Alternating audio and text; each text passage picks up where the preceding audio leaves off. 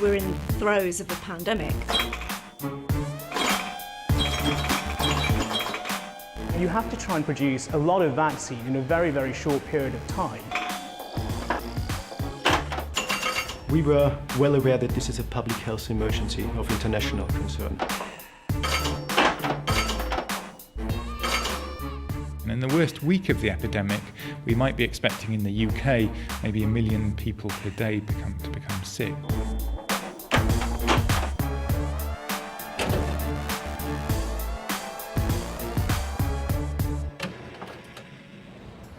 Swine flu has become the first pandemic in over 40 years. More than 150 countries are now battling the virus, which has the potential to infect over a third of the world's population. UK scientists play a leading role fighting this global threat. Dr. Othmar Engelhardt has been busy cracking the genetic code of the swine flu virus and developing the new vaccine. Tarit Mukoptahay is advising the government on the fastest way to produce millions of vaccine doses. Professor Wendy Barkley, an influenza specialist, is on constant lookout for virus mutations. And Professor Neil Ferguson is one of the world's top modelers when it comes to predicting the impact of the pandemic. In Britain, classrooms are at the front lines of a battle against a widespread and unpredictable virus. We have had some confirmed cases, and many more that are probably not confirmed. We've had a pandemic plan as part of our overall resilience plan for over 3 years, and initially the pandemic plan was around the possibility of avian flu. So it's been quite easy for us to adapt that in recent times for swine flu. During the first wave of the pandemic, while some schools were shut, Hampstead and Copthall remained open. We're really pleased that we've managed the situation. We have had cases of flu and we haven't had to close.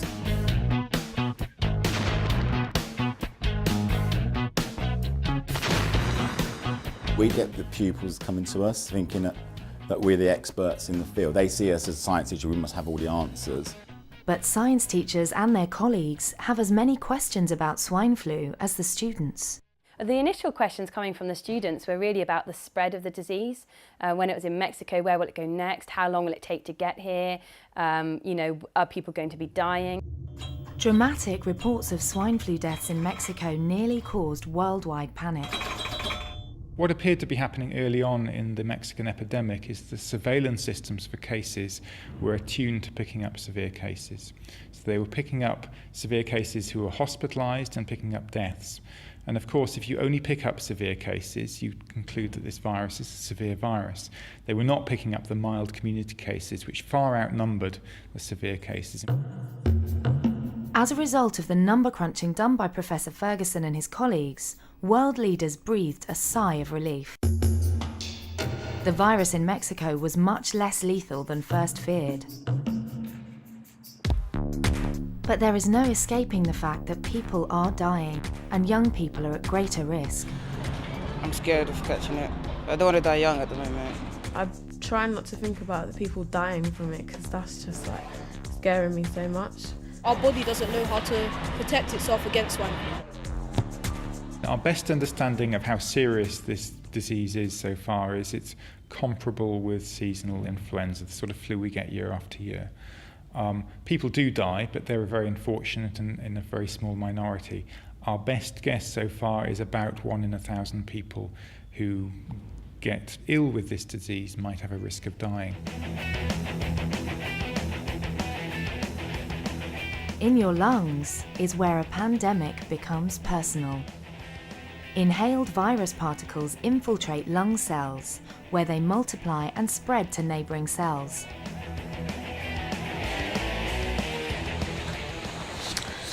I don't feel very well because I've got a sore throat this morning. More than a third of the world's population can wind up sick in bed with swine flu. I've got a thumping headache. I'm achy. And I don't want to eat anything, but I have to eat something before I take Tamiflu again.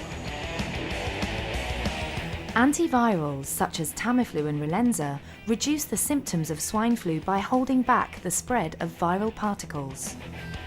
There are more cases in people sort of under the age of 18 than there are over. And I think that has to do with our behaviour, mixing.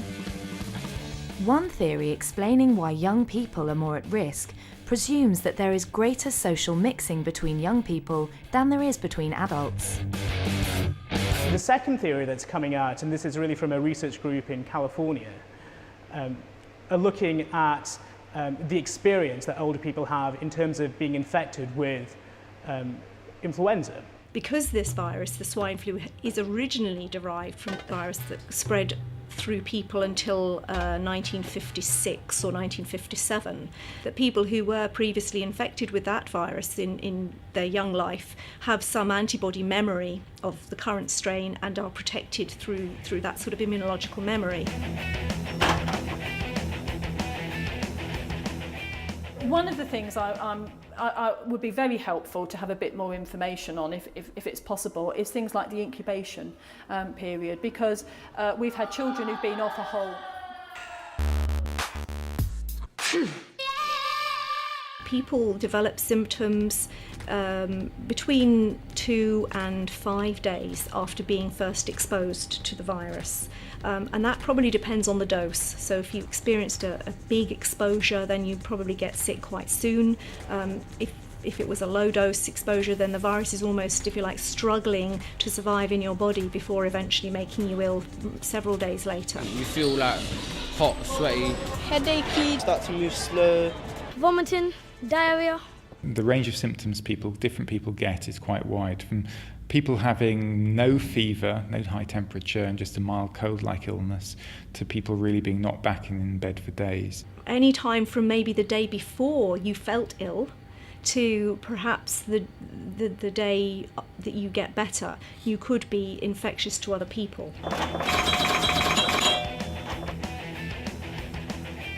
The concerns raised with me in my class were when it was being discussed in the newspapers about the development of the vaccine and the use of the chicken eggs. They're very interested in the process. Most of the world's vaccine production still depends on the use of chicken eggs. But the prototype of a new swine flu vaccine has to be created first, before mass production can begin. It was at this government-affiliated lab in the UK where a prototype vaccine was first developed. We had the challenge of making a candidate vaccine virus very quickly on very short notice. So we received a wild-type virus, a pandemic isolate, from the CDC in the United States, and then within 3 weeks we developed a candidate vaccine virus. This lab worked round the clock to crack the genetic code of the swine flu virus. On the one hand, we grow up the virus to produce more, to produce a seed for ourselves, and on the other hand, we extract the nucleic acid from the virus. Using a technique called reverse genetics, scientists can turn a dangerous virus against itself. Extracted genes are reinserted into a new host virus and are grown in chicken egg embryos and become the building blocks of a new vaccine. The embryo becomes a virus production factory. The eggs used for vaccines are special pathogen-free eggs.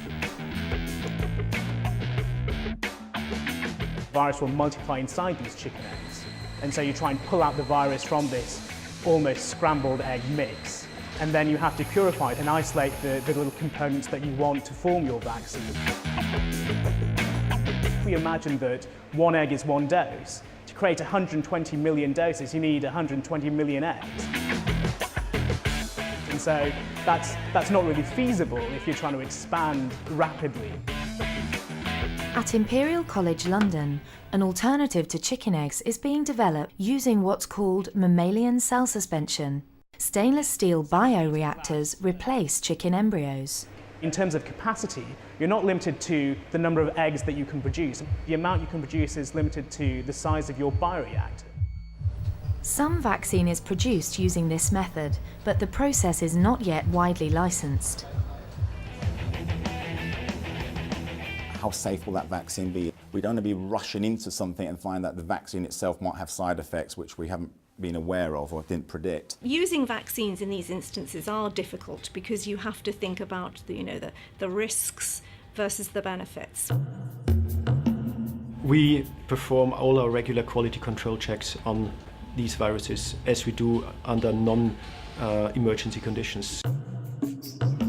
What's happened over recent years is that we've gone through a whole procedure known as a mock-up procedure. So although we didn't know exactly which strain was going to cause the next pandemic, vaccines actually against the H5 bird flu type of virus have been generated and tested in the usual clinical trials procedures and have passed all of those sort of criteria that we would normally expect for a new medicine to pass. Yes, there is always a risk to giving any new medicine, but at least this one has been tested in people and is safe as far as anybody can tell.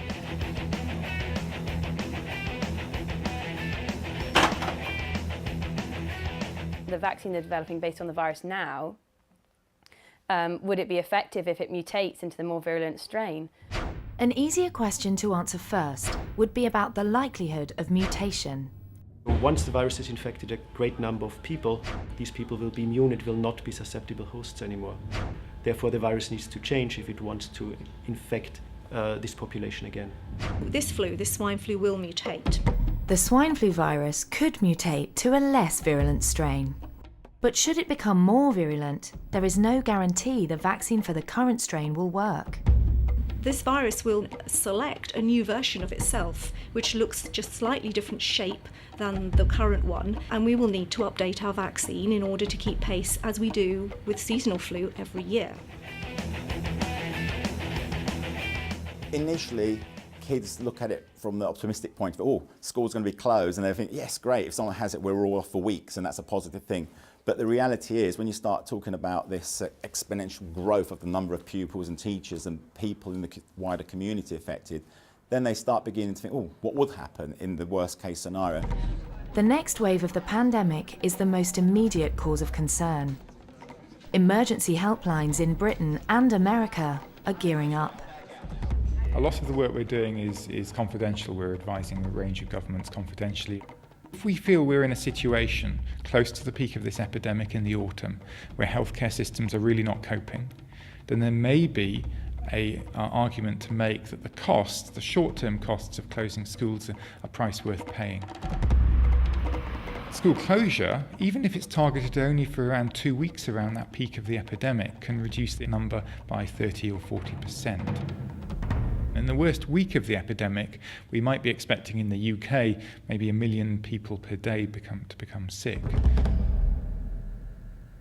I think once students get to the age where they realise that perhaps the mutation of the virus into a more virulent strain is what people are concerned about, that's harder to kind of alleviate that anxiety, because that's just the unknown still. 1918 marks the end. In 1918 is the notorious influenza pandemic where tens of millions of people died.